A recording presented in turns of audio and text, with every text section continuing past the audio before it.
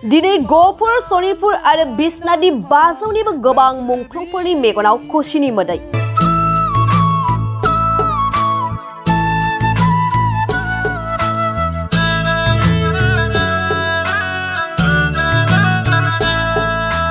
मुंख्लंफोरनि सिमाङा मोगथां महर मोननो हाबाय।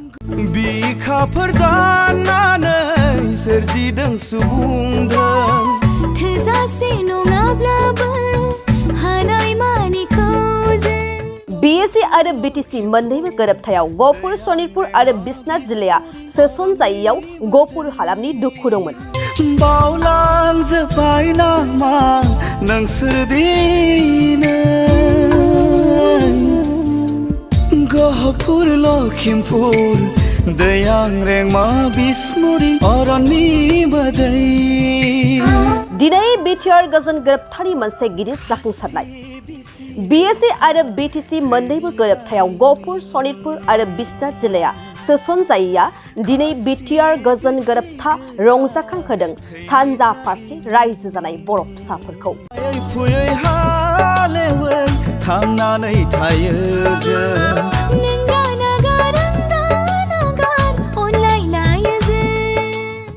भारत सरकार आरो आसाम सरकारजों बर'फोरनि मोनथाम गोरोबथा जानानै थांबाय। BSC, BTC, BTR बेफोर गोरोबथाया गोबां बर' सुबुंफोरनि मुंख्लं जानायनि गेजेरजों जानानै थांबाय। बेफोर गोरोबथायाव गहपुर सनितपुर आरो बिसनाथ जिल्लानि सुबुंफ्राबो गोबां सोमावसारनायाव बाहागो लाबोदोंमोन। उदय आसल नागिरनायनिफ्राय लानानै बर' थुनलाइनि राव हांगामा, बर' फरायसा आफादनि जांख्रिथाय, NDFB, BLT गासै आफादनि हांगामायाव उननि बिहोमाया उन जानानै थायाखै। बर'फोरनि सोमावसारनायाव गहपुर सनितपुर आरो बिसनाथ जिल्लानि सुबुंफ्राबो गोबां मुंख्लं जाबोदों। BSC आरो BTC मोन्नैबो गोरोबथायाव गहपुर सनितपुर आरो बिसनाथ जिल्लाया सोसनजायैयाव गहपुर हालामनि सुबुंफ्रा गोबां दुखु मोनदोंमोन। नाथाय बै खनले खनले लाथिख' जानांनायनि दाहा बिदाङा दाबो दं जोंनि गोरबोआव। बेनिखायनो अरायबो थानो लुबैयो जोंबो बड'लेण्डआव। BTR गोजोन गोरोबथानि गेजेरजों BTRआव गहपुर सनितपुर आरो बिसनाथ जिल्लाया हाबबाय।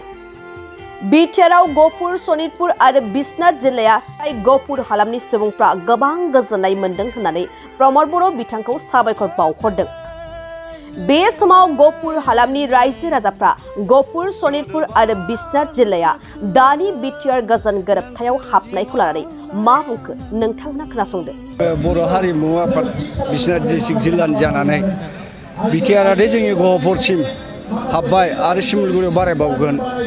बिनि थाखाय जों बिराद मोजां मोनदों, गोसोखौ बिराद रंजाखांनाय मोनदों। जोङो प्रमद बर' सारखौ बाख्नायो आरो हिमन्त बिश्व शर्मा सार चिफ मिनिस्टार, लोगोसेनो जोंनि दुलाराय बर' फरायसा आफादनि आफादगिरि दिपेन बर' सार बिथांमोननि सायाव जोंहा रोजा रोजा साबायखर। सोरजिगिरि आनान गसाइया बिथांमोनखौ जिउ गोलाव खालायथों आरो जोंनि गहपुर रायजो राजाया बेसेबांबा गोलाव जोङो आन्दलन खालायनानै बा हांगामा खालायनानै दादि जों BTRआव हाबनो मोनबाय। बिनि थाखाय जोंनि गहपुर रायजोनि जानानै जोङो साबायखर हाबाय आरो जोङो गोसो गोरबोजों बरायना लानाय जाबाय। BTRआव हाबनायजों लोगोसे जोङो गोजोननाय मोनदों। मानोना माखासे जोंनि बे गहपुर ओनसोलाव गोबां गामियारि थालांदोंमोन, जों दुखु मोनदोंमोन। नाथाय दिनैनि मिटिंखौ मानगोनां BTRनि प्रमद बर' सार फैनानै दिनै स्राय जोंनो फोरमायनायनि थाखाय जोङो गोजोननाय मोनदों। बाजाज बाइक लानो गोसो गुदुं सुबुंफोरनि थाखाय गाहाम खौरां। क'क्राझार सहराव थानाय दावहारु अट' एजेन्सिया 8 अक्ट'बरनिफ्राय 12 अक्ट'बर दानाव सानबानि हाबाफारिजों मेगालन लोगोसे एक्सचेन्ज मेला खुंफुंगोन।